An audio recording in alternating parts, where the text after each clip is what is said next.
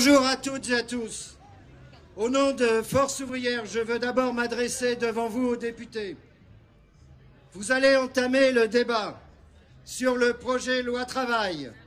Vous avez déjà la possibilité aujourd'hui de le repousser en le renvoyant en commission et en demandant au gouvernement d'ouvrir les concertations indispensables pour que cette loi ne soit pas une loi de régression, mais de progrès.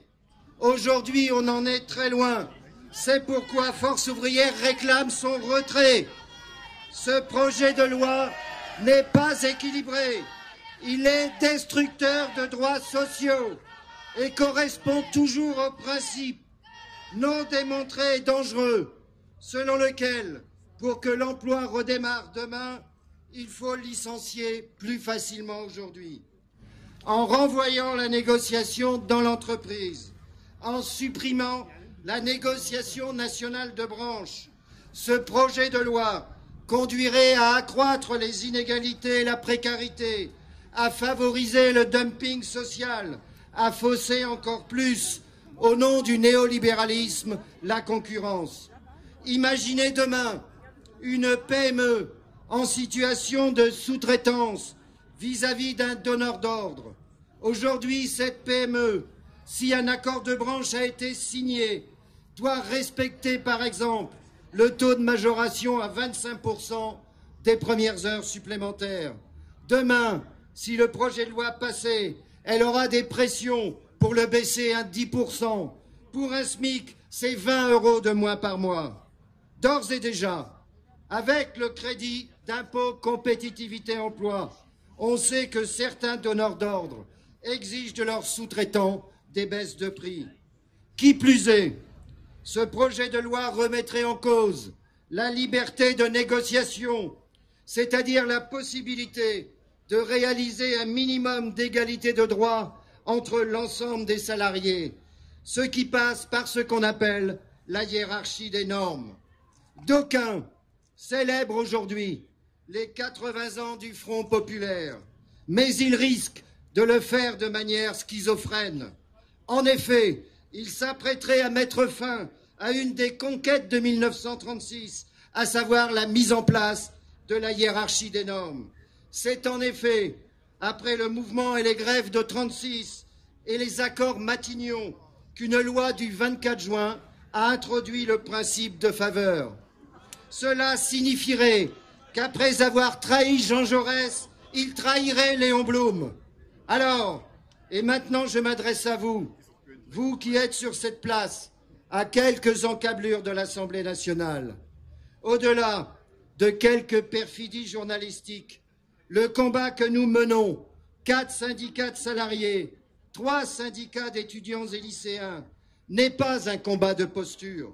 C'est un combat social, économique, démocratique et républicain. C'est un combat pour demain. C'est un combat pour la consolidation des valeurs républicaines. C'est un combat pour les générations actuelles et à venir. C'est un combat, effectivement, qui concerne toutes les générations. C'est un combat qui concerne le privé comme le public. Car si la convention collective de branche est bafouée, demain ce seront les statuts nationaux qui seront attaqués. Au-delà de cette question essentielle de la négociation collective, d'autres éléments du projet de loi sont inacceptables. C'est le cas pour les licenciements économiques. Ne pas tenir compte de la situation financière d'un groupe au niveau international, c'est favoriser les licenciements. Ne retenir qu'un ou 2 trimestres pour la baisse du chiffre d'affaires, c'est aussi favoriser les licenciements.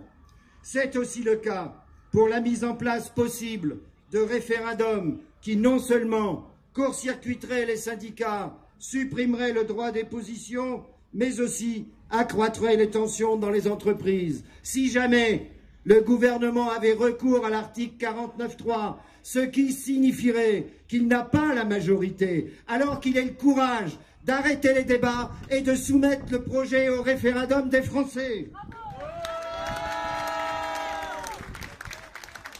C'est encore le cas pour la médecine du travail, donc la santé des salariés, pour toutes celles et ceux concernés par le travail de nuit. C'est encore le cas quand le gouvernement refuse de prendre en compte les décisions du Bureau international du travail quant à la liberté de désignation du délégué syndical ou le contenu d'une directive européenne sur les congés.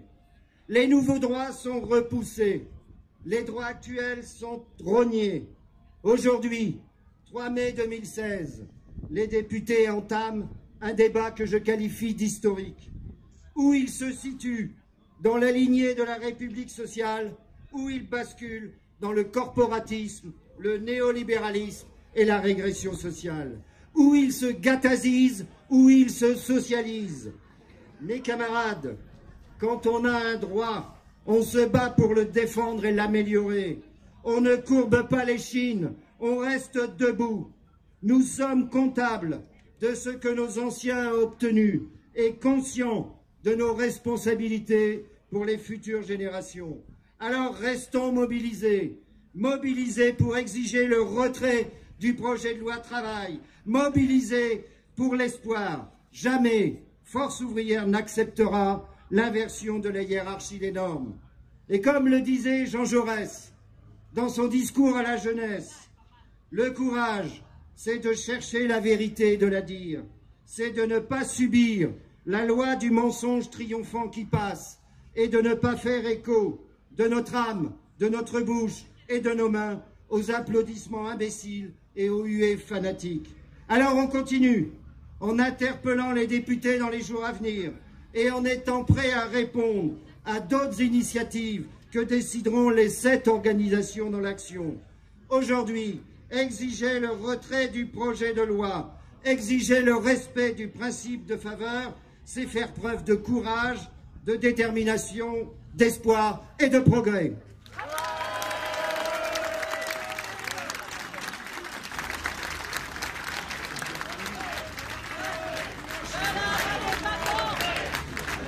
Ni amendable, ni négociable. Retrait, retrait de la loi travail. Derrière la loi travail se cache le capital. Retrait, retrait de la loi de travail. Alors on va finir par une dernière intervention. Elsa de la coordination nationale des étudiants qui souhaitait nous dire quelques mots.